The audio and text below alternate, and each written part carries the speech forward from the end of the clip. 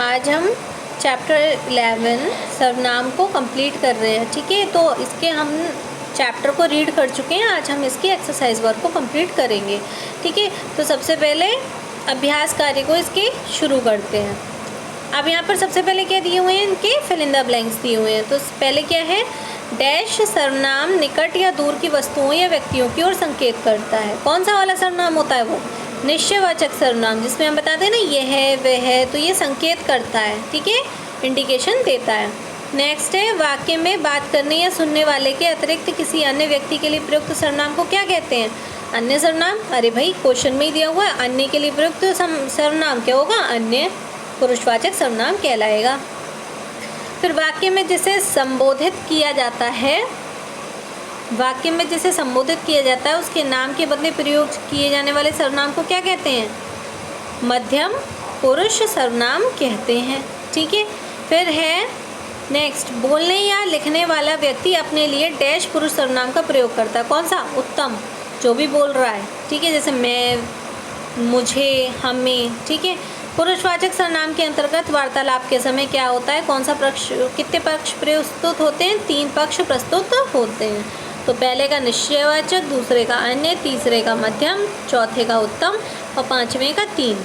ठीक है, ये आपके उत्तर हो गए। आप सही कथन के सामने सही और गलत के सामने गलत लगाएंगे। सर्वनाम में संबोधन कारक नहीं होता। संबोधन कारक होता है या नहीं होता? नहीं होता है। फिर निश्चयवाचक सर्वनाम तथा अन्य पुरुषवाचक सर्वनाम दोनों समान होते हैं। बिल्कुल सही, दोनों समान होते हैं। आप सर्वनाम केवल निजवाचक अर्थ में प्रयुक्त होता है, नहीं तो दूसरे में भी होता है, मध्यम पुरुष में भी तो होता है। फिर नेक्स्ट आ गया आपका,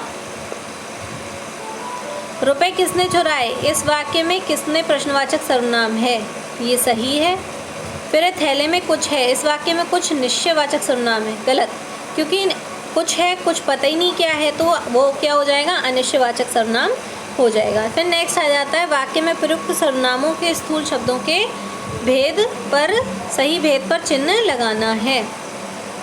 ठीक है, अब दिया है, वाक्य में प्रयुक्त सर्वनामों के उचित भेद पर लगाओ। जैसे तुम स्कूल क्यों नहीं गए? अब तुम जो है वो क्या है?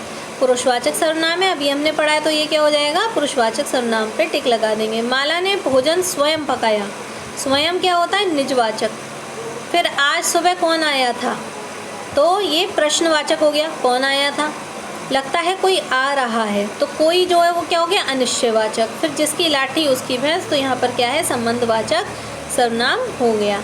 अब यहाँ पर आपके प्रश्न दिए हुए हैं, सर्वनाम से क्या अभिप्राय है? ये प्रश्नों के उत्तर मैं आपको रिटन में दूंगी, पार्ट में आपको समझा चुकी हूँ।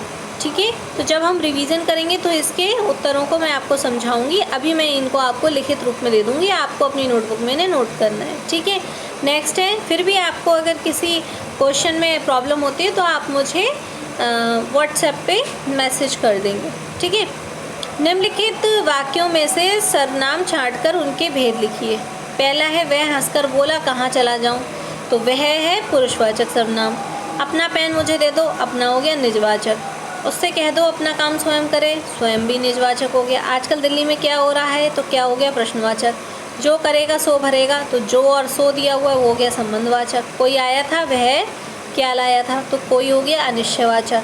जो करेगा सो भरेगा, फिर से वही दे दिया इन्होंने, तो वो संबंधवाचक है। अब नीचे एक पैराग्राफ दिया है, यानी कि अनुच्छेद दिया हुआ है। इसमें संज्ञा की पुनरावृत्ति की गई है बार बार। उसकी जगह पर हमें सर्वनाम शब्द लिखना है। तो रचित की मम्मी डॉक्टर हैं, ये रचित के पिता अध्यापक हैं। वह अपने, अब यहाँ पर रचित दिया हुआ था लेकिन हमने उसे काट के क्या करना है? उपयुक्त सर्वनाम को लगाना है। तो यहाँ पर रचित के लिए उपयुक्त सर्वनाम क्या हो जाएगा? वह।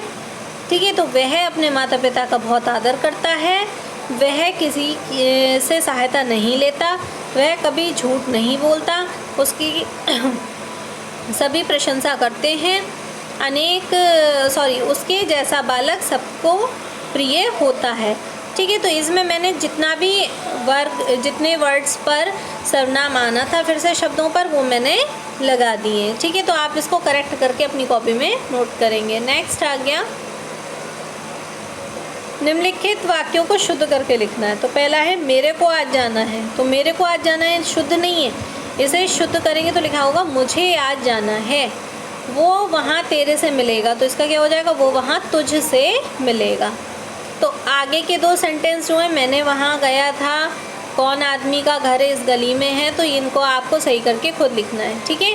पुरुषवाचक सर्वनाम छांटकर उनके भेद लिखने हैं। वह देश के लिए शहीद हो गया, सा अन्य पुरुषवाचक वो हो जाएगा।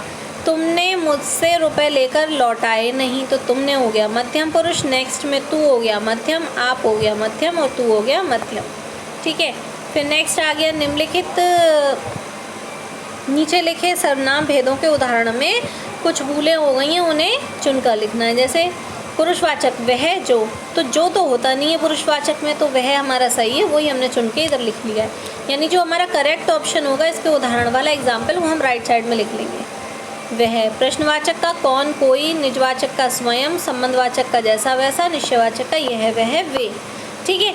अब फिर से एक अनुच्छेद दिया हुआ है, इसमें भी हमें उचित सर्वनाम लगाना है। मैंने तो लगा लिया है लेकिन आपको लगाना है, तो ये वाला काम आपको खुद करना है, ठीक है। ये चैप्टर आपका कंप्लीट हो गया है और इसके चैप्टर के प्रश्नोत्तर मैं आपको कल लिख के दूँगी और इसकी जो एक्सरसाइज वर्क है वो आपको टेक्स्ट बुक में कंप्लीट करनी है, ठीक है। Thank you.